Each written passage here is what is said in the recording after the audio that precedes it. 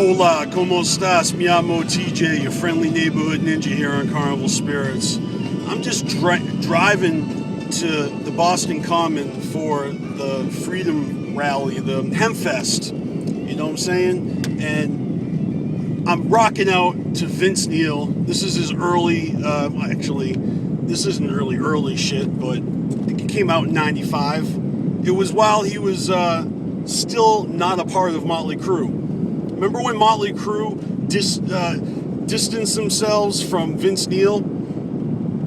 They even had a song on their 94 self-titled album with John Corabi on vocals called Hammered, which was basically a Vince Neil diss track. Hammered, because Vince Neil was fucking hammered all the time. And, you know, they kind of poke fun at him in that song. John Corabi's talking about, like, race car driving and crashing and burning, and that was Vince Neil's thing. He loved stock cars and he loved racing. So there was a lot of fucking drama, a little bit of subliminal jabs and shit. But if you guys don't know, like, when you think of Vince Neil, what do you think of? You think of Shot at the Devil. You think of the outfits from Theater of Pain, you know, with the scarves, the glam rock. That's what you think about. Maybe you think about when he had that, DUI and killed the passenger in his car inadvertently, you know, drunk driving and going to jail and shit. Rock and roll is crazy, and Vince Neil has been there, done that.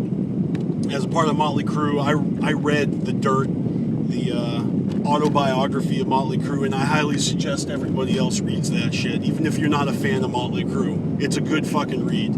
But listen, even without reading their autobiography, you guys should know that Vince Neil, he was married. Actually, he's done porn with Pamela Anderson, just like Tommy Lee. I mean, who hasn't, right? But here's a little maybe known fact about Vince Neil. He had a daughter named Skylar that was born, and she died of cancer. And that song that I was just listening to is Skylar's song. And if you couldn't hear it in the lyrics, he was basically saying, "I never really loved till you." And at the end, the chant was an everlasting love for you. So, and he's talking about his daughter that passed away. And that's kind of the reason why Vince Neil was such a fucking raging alcoholic, and it affected him so much so that he, either left or got kicked out of Mötley Crüe. But he went on to make two really dope albums, Exposed and then Carved in Stone, which is what I was listening to right there. So maybe Carved in Stone came out in 97, because I think Exposed might have came out in... But it doesn't matter. The point is that shit's rock and roll, you know what I mean? And it feels good to listen to that shit. Now, Vince Neil just happens to still be at it with Mötley Crüe. And they're doing this Vegas show, and supposedly their next tour is going to be a farewell tour.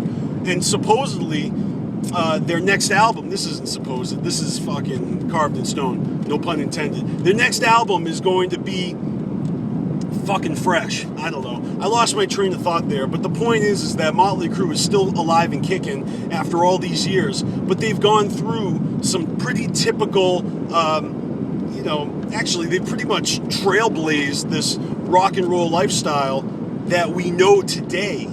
You know, in the 21st century, Mötley Crüe was pretty much the biggest thing there was, in the tail end of that 20th century. So, I mean, no matter how short-lived it was, there's a reason why that shit blew up, because it was fucking awesome. So even if it's not your favorite type of music, you can't deny that Mötley Crüe has made their mark. And when a band's made their mark like that, they kind of can become like a wax museum of themselves, like a living wax museum of themselves, if they never go away. But you can't continue to live in your heyday forever. So, bands like the Rolling Stones, or you know what I'm saying, like bands that just won't stop touring, it almost becomes laughable, and then you don't appreciate them in the same way. I mean, usually they just become like untouchable, like completely sold out, meaning they sell out every stadium, and but they just keep doing their thing, and it's not necessarily ever as good as what it used to be. I mean, seriously, there is no artist today, aside from a few, who are blowing away the masses like they did. I mean, it's not like they're not making music still. It's just everybody has their core fans and their true fans, and when you're a fan of something, you dictate how much you dedicate your life to whatnot. So in my ramblings, I guess I could settle down on one point and say that when I think of ICP, I very rarely focus on what it is that they're doing right this moment, because that's a waiting game, and they always keep their cards very close to the chest, and it's kind of, this is how the game is played. They keep their cards close to the chest, and they keep us talking, and as long as we keep talking, they're relevant. So that kind of is one of the reasons why I love being on Carnival Spirits, because I just love talking. Obviously, you guys can tell that I like to talk, and at the end of the day, my taste in music, as eclectic as it is, doesn't restrict me from, doesn't hold me back from enjoying myself, and so even if like certain songs from my favorite band of all time, like, just can't muster that same feeling that the old shit did within me, that's a part of life and growing up, and I can tell that when I go to shows, it's not as hype as it used to be, but mainly that's because of me. I'm not as hype as I used to be, and it really does make you think, when you're living in the moment, in the now, and you're enjoying it. I mean, you can't possibly tell me that you can fondly look back on any time that you were angry, upset about something. I mean, it's an annoyance to not have a good time, isn't it? Isn't like somebody who's like a party pooper, isn't that guy kind of like suck? And at the end of the day, music is meant to bring people together. It's not about the actual performer's life. Vince Neil did his time for that horrible accident, where the drummer of He Only Rocks was killed in the car crash, and Mötley Crüe went on to make some of the best music of our time, right after that incident. And I mean, a string of albums, which in my opinion, it never stopped becoming fresh, because I really do enjoy these guys, and they've shared their lives with us, and sometimes more than we need to see, you know what I'm saying? But, as a fanatic of Mötley Crüe, I support Vince Neil, and it was very sad when his daughter died, and I love that song, Skylar's song. It's cool. I don't know. It's not like anything to be ashamed of, to appreciate the softer side of things, and that's kind of where I stand on ICP. Is I actually thoroughly enjoy the soft side of ICP, and there is no shame in that. To look at their catalog, and to, if you want to judge them and to say, look, you're not hitting these areas as much or as adequately as I would like. It used to be like a lot of anger, a lot of wicked shit, but the thing is, there's always been a lot of harmony, and there's always been some real thought-provoking shit, and ultimately it's storytelling combined with beats. And Mikey Clark is always making music. I mean, that dude's a workhorse, and these guys are all workaholics, and they all have a lot to live up to, and that is their previous legacy, because it's just getting bigger and bigger. But if you keep tearing the motherfucker down, and like, for people that just like don't like Mötley Crüe and they think it sucks, and they're not even giving it a chance, or maybe they've heard it and they're like, yeah, well, it's clearly not the old shit that fucking rocked my socks back when I was younger and more open to having a good time, and not being the stick in the mud. Because at the end of the day, it's absolutely fine for fans to discuss what they like, pros and cons of actions that have been taken, but as adults.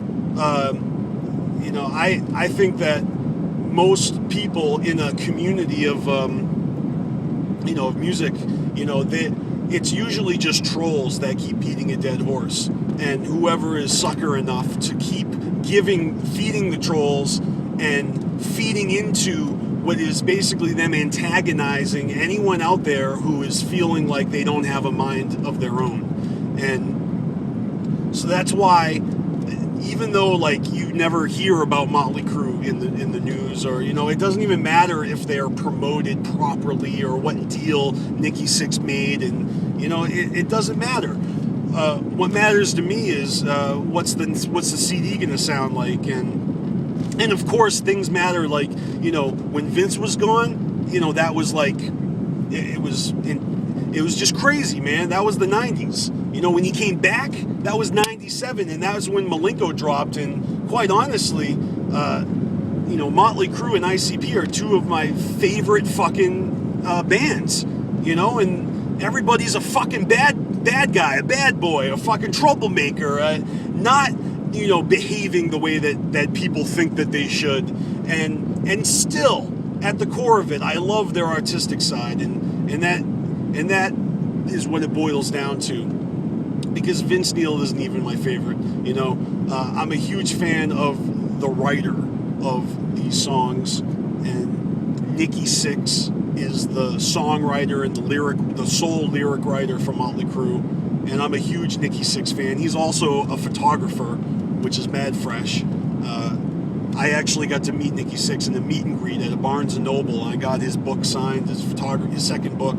It's a photography book that goes along with his 6 a.m. album, This Is Gonna Hurt. And that's just on some fucking, fanboy tip, whatever you want to call it. Like, juggalos are juggalos, crewheads are crewheads, but all we are is fucking, true fans of these artists. We do what we got to do to fucking, and it's all to get our kicks, you know what I'm saying? Like, I'm going to a rock and roll show so I can have a good time, not to fucking appease Nikki Sixx and make Vince Neil feel special. The crowd fucking roars, and if there's a couple cynical douchebags that are like, Vince Neil sucks, he's like making fun of him because he can't sing like he used to, or oh, he's a little fatter, or how's that plastic surgery working for you? Which one, Vince's face or his wife's fucking boobs? Like, there's so many things that you could say, and if you're witty and funny and you got nothing better to do, you could crack jokes all day. But where are your friends that you're actually enjoying yourself with and sharing good times and memories? And if it's not on the internet, you're doing that shit in your home with your real buddies, and you're tailgating and you're picking your friends up and shit. You know what I'm saying? There is a whole different type of community online where people just sit behind a keyboard, and it's very easy to get salty and kind of get caught up in your own mind frame and really not see where other people are coming from. It's very easy to see where you're coming from at a party where you actually see people, but I feel like here on CarnivalSpirits, this is just a different extension of my fucking party, where life is what you make it, and I'm fucking partying as much as I can. ICP creates the perfect setting for that, that atmosphere that I like to party, just like Mötley Crüe does. So it's usually privately when I'm listening to Mötley Crüe will I enjoy a song like Skylar's song, and I think about all the different charities that Vince Neil has been a part of, and he raises lots of money for cancer and in the charities in the name of Skylar, and and that's that. If you don't care about that shit, then whatever, But that's kind of cool. Like, people with celebrity trying to make a difference. But trust me, Vince Neil has always been out for number one, trying to make money or get blowjobs, get pussy. And in the entertainment business, if you are going to try and state a case that, oh, this artist is just trying to make money or just trying to get pussy, then that's a lame fucking case, because that is the fucking entertainment business. And what makes ICP kind of cool in my eyes is that even though that is what they do, is make money and fuck bitches, is that they also tell incredibly compelling stories. And, you know, like, Vince Neil is the shit in my opinion, and I know to a lot of other people he just may not do it for them anymore. And I would never try to convince anyone, no, trust me, Vince Neil is the shit still, and you got to see it my way. I don't give a fuck how you see it. That's how I see it. And if you guys can understand that that's how I see ICPs, I don't really give a shit how you see ICP. And it doesn't really matter to me how the world sees ICP. Does it matter to the world how I see ICP? Only the view count shall tell. Because if you watch this shit, then you must be interested. If you don't watch it, then that means you're not interested. Simple as that. Way to be a fucking hard-nosed, fucking stubborn-ass Strüggalo in the 21st century. I'm Beastmaster. See ya. Wouldn't want to be it.